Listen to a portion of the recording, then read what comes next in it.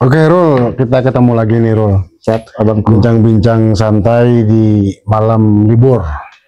Libur kenaikan sama Mesir, Rul. Siap.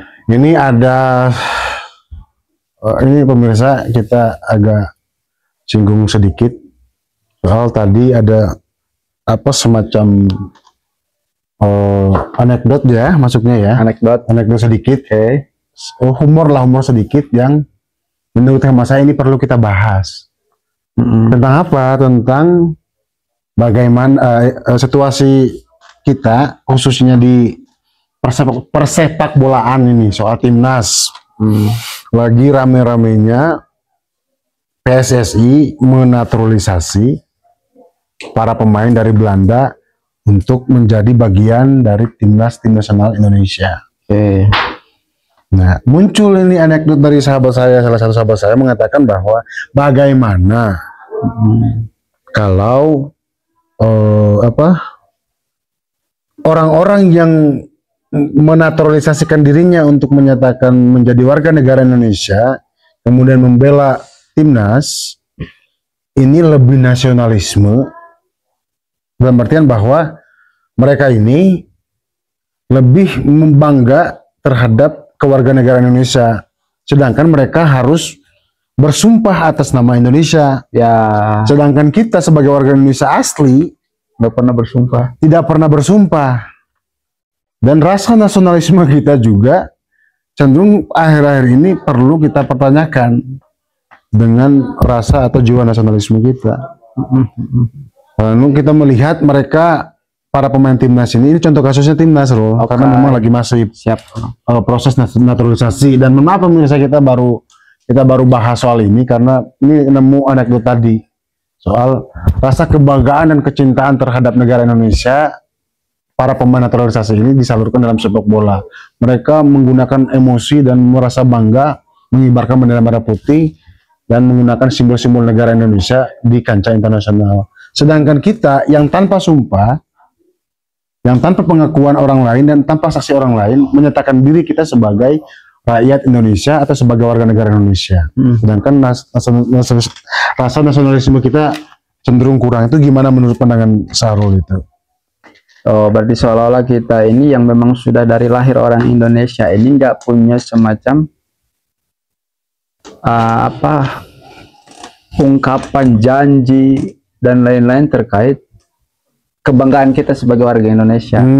Berbeda halnya dengan mereka yang memang orang asing, terus kemudian masuk ke Indonesia, ingin menjadi warga Indonesia, disebutnya naturalisasi dalam konteksnya pemain timnas. Lalu kemudian disumpah, jadi seolah-olah mereka itu lebih, anekdotnya mereka itu lebih nasionalis daripada kita yang sudah dari lahir di Indonesia dan memang asli keturunan orang Indonesia kan. Nah, cuman kalau misalkan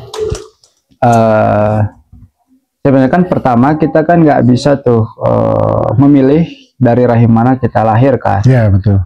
Ya kan, pada akhirnya secara kultur kita ini memang sudah Indonesia, tetapi beda halnya dengan mereka-mereka yang memang dinyatakan sebagai naturalisasi dan sudah bersumpah.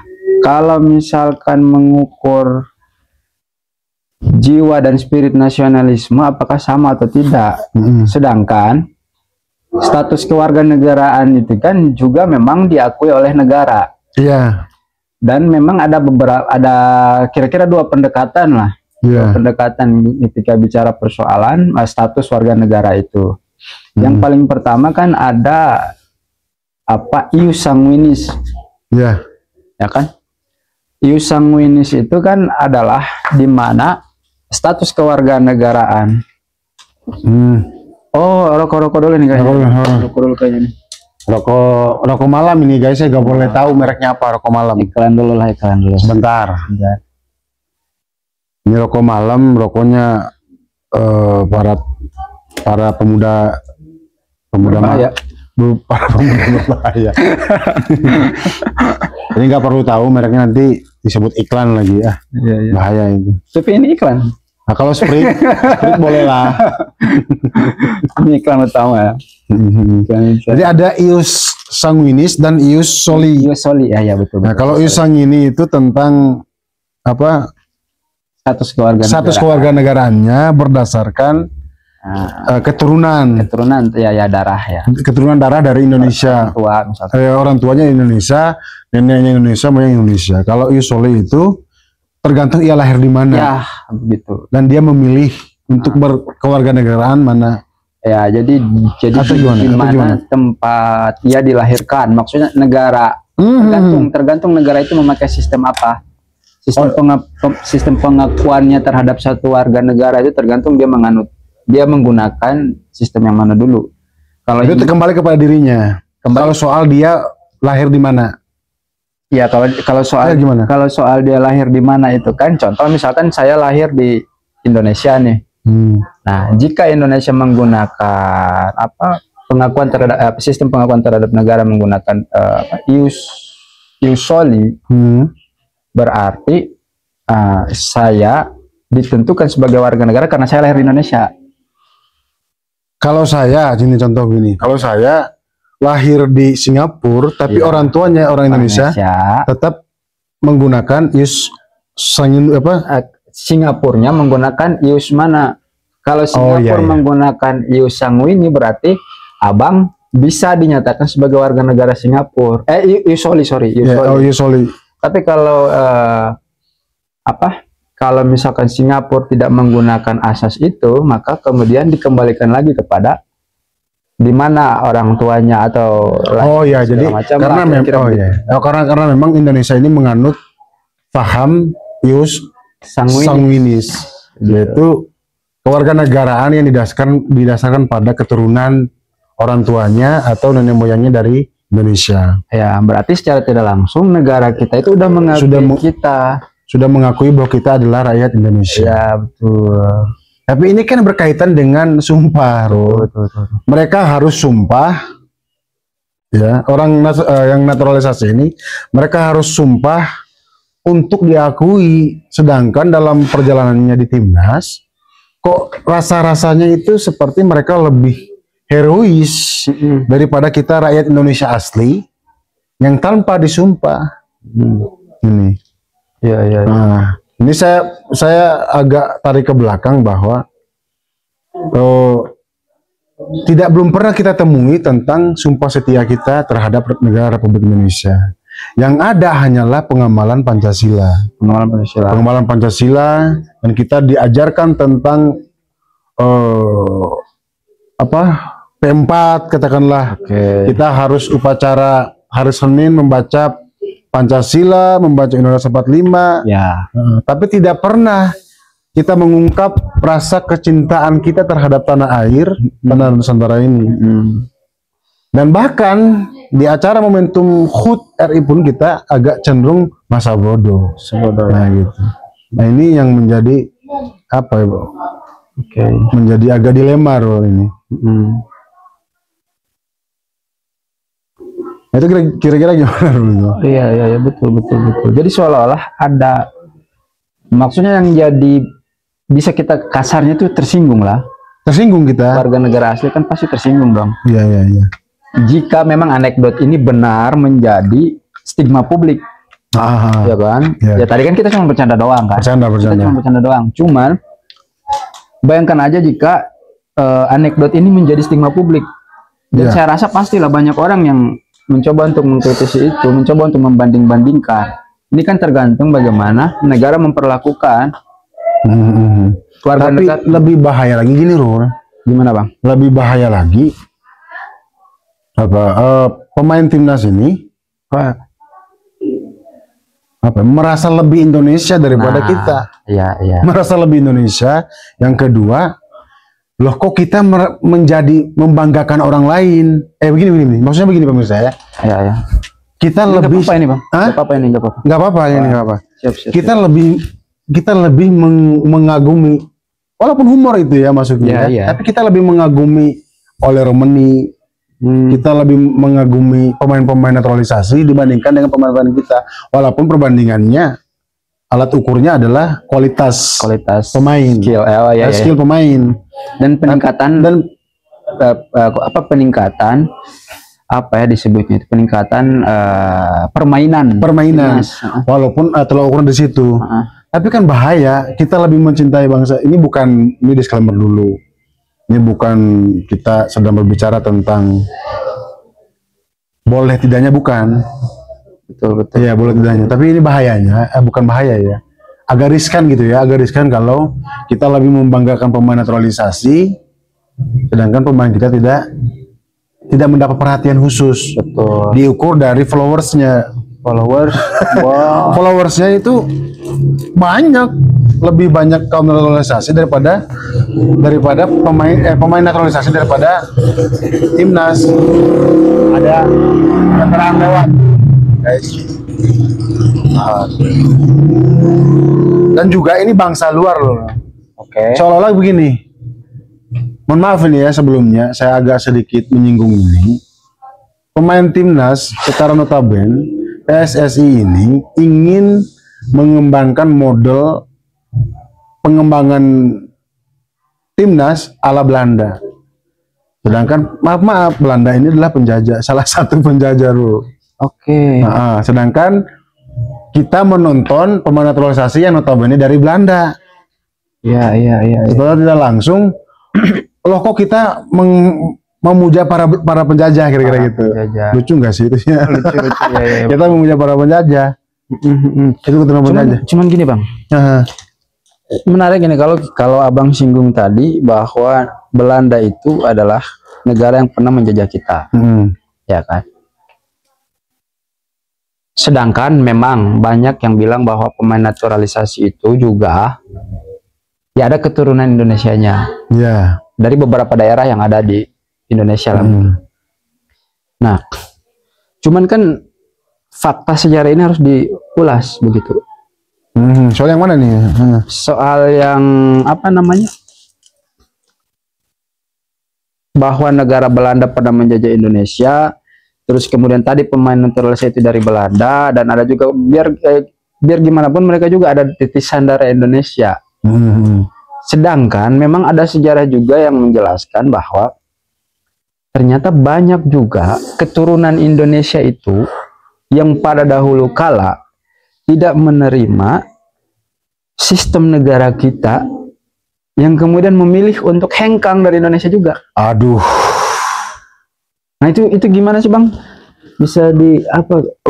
Itu agak sensitif nih Roland. Itu agak sensitif. Itu agak mengganggu nasionalisme kita nih. Siap. Ini soal cerita kelam nih Republik ini. Iya. Nah, jadi pada fase di alam Indonesia merdeka pada tahun 1950 kita Indonesia pernah mengalami bentuk negara Indonesia Serikat. Oh, bentuk negara ya, bentuk negara Indonesia Serikat pada tahun 1950. RIS ya. RIS. Nah, itu sebagian dari negara-negara Serikat ini tidak menerima format itu. Oke. Mungkin entah karena perbedaan etnis, suku bangsa, atau mungkin karena pembagian yang kurang sesuai, atau juga mungkin ada intrik-intrik dari Belanda. Oke, yang masih menggerogoti. Yang masih menggerogoti rakyat Indonesia. Oke. Secara notabene. Nah, yang tadi yang disinggung ini adalah pemain-pemain yang berasal dari Maluku. Bahkan juga ada pemain yang berketurunan Maluku yang dari Belanda, yang di Belanda. Oke. Nah, kilas sejarahnya begini, pada tahun 1950 itu terjadi peristiwa pemberontakan. Ini nggak apa-apa nih ya, Herul, kita bahas di sini. Ya nggak apa-apa lah, demi informasi kan. Informasi ya, ini sekadar informasi untuk para pemirsa bahwa pada tahun 1950 itu terjadi pemberontakan di Indonesia bagian timur, tepatnya itu di Maluku. Oke. Ya, walaupun ini adalah salah satu sejarah yang cukup sensitif, tapi karena kebenaran, karena informasi kita juga harus perlu menyampaikan bahwa pernah terjadi eksodus besar-besaran, Bro. Eksodus besar. Yang tadi disampaikan bahwa tidak menerima bentuk negara Indonesia. Jadi mereka lebih memilih menjadi warga negara Belanda pada tahun 1950. Ketika perubahan format Indonesia menjadi negara serikat atau Republik Indonesia Serikat, orang-orang Maluku ini tidak menyepakati format itu dan menjadi negara Indonesia Timur yang di bawah Republik Indonesia Serikat. Maluku ini masuk dalam negara Indonesia Timur. Oke. NIT. Ya, NIT. Negara Indonesia Timur di bawah negara Republik Indonesia Serikat. Sehingga mereka lebih memilih berkewarganegaraan Belanda. Nah, pada bulan Februari tahun 1951, tepatnya di Jakarta, diberangkatkanlah orang-orang Maluku yang tidak menerima Republik Indonesia Serikat. Hampir sekitar 12.500-an. Iya. Yang diberangkatkan orang Maluku itu. Secara tidak langsung, kaitannya dengan naturalisasi, orang ini bahaya nih ya. Iya. Orang ini yang keturunan Maluku, yang pergi ke Belanda, tidak menerima Indonesia Serikat, lebih memilih kewarganegaraan Belanda dari leluhur mereka, lalu kemudian menyatakan diri untuk membela Indonesia hanya kepentingan timnas bermain bola. Oke. Gitu Masuk Pak Eko ini masuk. Nah, itu jadi agak serius kita harus menyikapi ini. Walaupun ini agak walaupun awalnya ini anekdot ini soal nasionalisme pemain timnas lebih bagus daripada warga negara Indonesia itu sendiri. Tapi ini lebih dalamnya begitu, Rul. Secara sejarah bahwa ini enggak semua pemain naturalisasi. Hanya beberapa orang lah yang mengatakan bahwa mereka punya darah keturunan Maluku. Nah, dalam sejarahnya kita ketahui, ini mohon maaf ini ya. Mohon maaf kepada sahabat-sahabat teman-teman kita yang sesama Indonesia bagian timur. Lagian juga kan nggak semua, cuman berapa tadi? 12.500-an orang yang memang sudah di sana kan. Sudah di sana. Tidak bermaksud menyinggung tentang Maluku secara keseluruhan. Tidak bermaksud menyinggung tentang RMS Republik Maluku Selatan. Karena itu sudah clear, sudah final. Itu sudah tidak ada lagi pemberontakan RMS. Tapi ini kita hanya menyinggung soal nasionalisme kita lebih membanggakan pemain luar daripada pemain Indonesia. Sedangkan pemain luar itu ada beberapa orang yang datang dari Maluku atau berketurunan Maluku yang tinggal di Belanda kemudian menyatakan diri berkewarganegaraan Indonesia. Nah, itu yang untuk membela timnas Indonesia. Sedangkan itu gimana ya? Cuman kan gini, Bang. Seharusnya dalam situasi naturalisasi itu seharusnya bukan berarti harus langsung semerta. Terima kasih sudah menonton. Jangan lupa like, comment, share, dan subscribe, serta nyalakan notifikasinya agar tidak ketinggalan video selanjutnya.